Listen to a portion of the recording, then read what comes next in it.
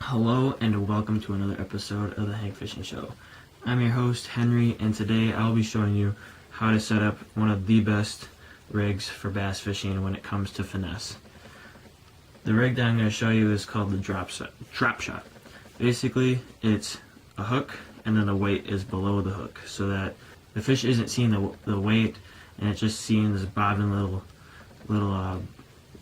plastic that you got on. You can put on live bait or whatever you want, but I'm going to be showing you how to do that because that is one of the best ways to catch fish. So the two things you are going to need, three things actually, is the line, the hook, and the weight.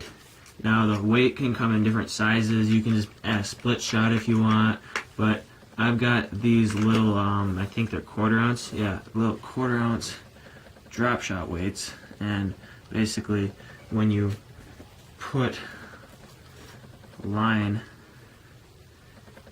basically how you would set this up is you put the line through this little hole and then you pull it and it crimps onto there, so that way if you get stuck in a rock or something, the thing that'll come off, I mean it's hard to come off, but the weight's gonna come off first before you lose the hook or the lure, because the hooks are more expensive obviously than the weights.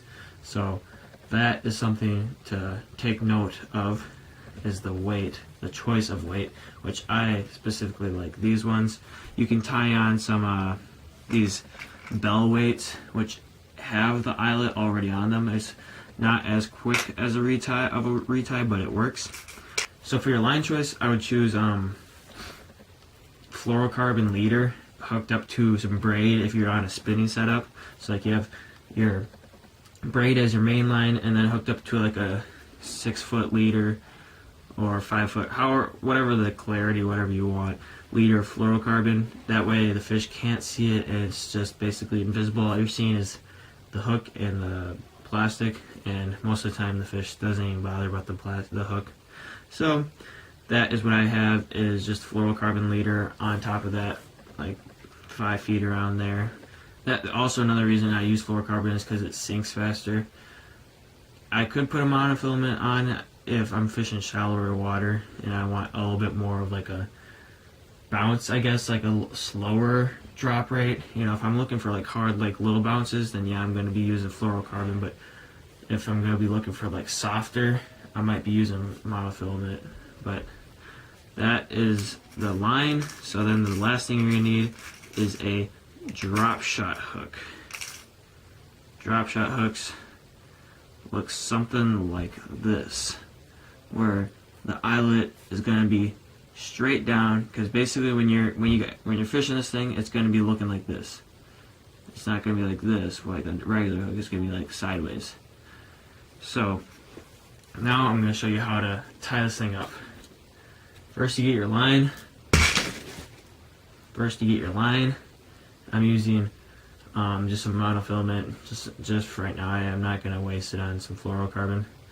Now what you're going to want to do is you're going to take your hook and you're going to do a polymer knot. If you don't know what a polymer knot is, I'll be putting out a video soon.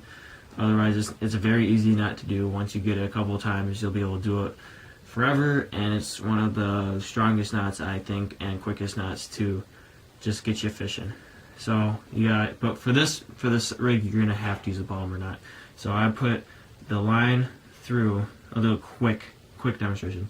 Put the line through the eyelet. Then, after putting your hook, the line through the eyelet, you put it back through the same eyelet, or the only eyelet.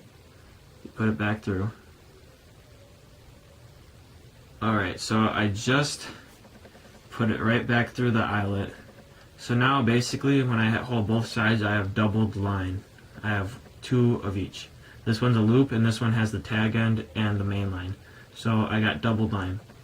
So now what I do is, normally for a polymer knot, is you just do a simple overhand knot, which is you're taking one knot and you're taking the other side of the knot and you are just putting one over the other and wrapping it around and then tying it down.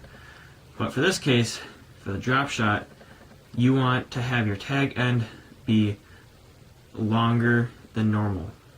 Because the reason why you want your tag end longer than normal, this is your tag end, is because this is the line that's going to be below your hook, which is going to have the drop shot weight attached.